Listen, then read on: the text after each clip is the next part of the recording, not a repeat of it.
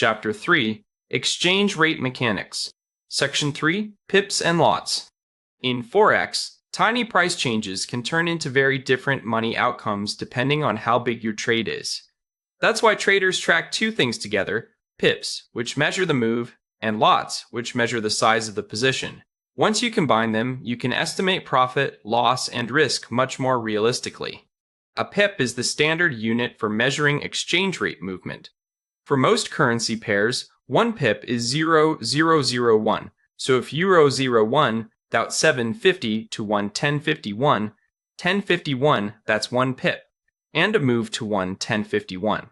That's 1 pip, and a move to 1.1060 would be 10 pips. It's a small unit, but it gives traders a simple way to describe price changes clearly. Not every pair uses the same pip size. For yen pairs like USD/JPY, 1 pip is 0.01, so a move from 110.50 to 110.5110. 51 is 1 pip. You may also see an extra decimal place called a pipette, which is 1/10 of a pip and gives a little more pricing precision. Once you know how price movement is measured, the next piece is trade size. A lot is the standardized size of a Forex position, with a standard lot at 100,000 units, a mini lot at 10,000, and a micro lot at 1,000. The bigger the lot, the more each pip is worth, so gains and losses grow faster. On yours, HEE-SPIF values are often easy to read when your account is in US dollars, because the quote currency is also USD. As a rough rule, a standard lot is about $10 per pip, a mini lot about $1, and a micro lot about 10 cents. Same market move, very different financial result depending on position size. Calculating profit or loss is really a step-by-step process. First, identify the pip size for the pair, then choose the lot size, find the value of 1 pip, and finally multiply by the number of pips the market moved.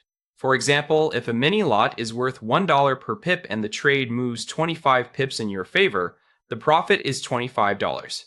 One important wrinkle is that pip value is not always fixed in your own account currency. If the quote currency of the pair is different from your account currency, you first find the pip value in the quote currency, then convert it using the current exchange rate. That means the same pip move can be worth slightly different amounts depending on what currency your account is held in. Let's make it concrete with GBP USD.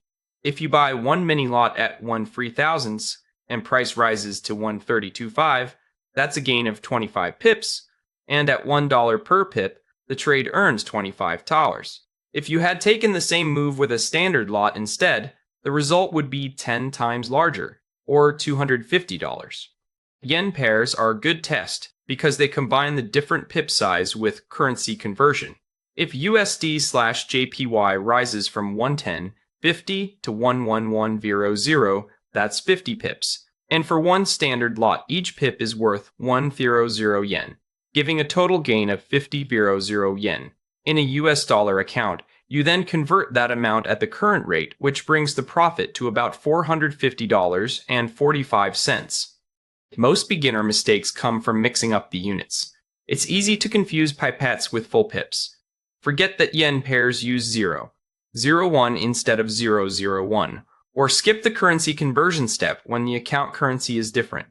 And just as important, don't judge risk by pips alone, because 20 pips on a small lot and 20 pips on a large lot can mean very different amounts of money.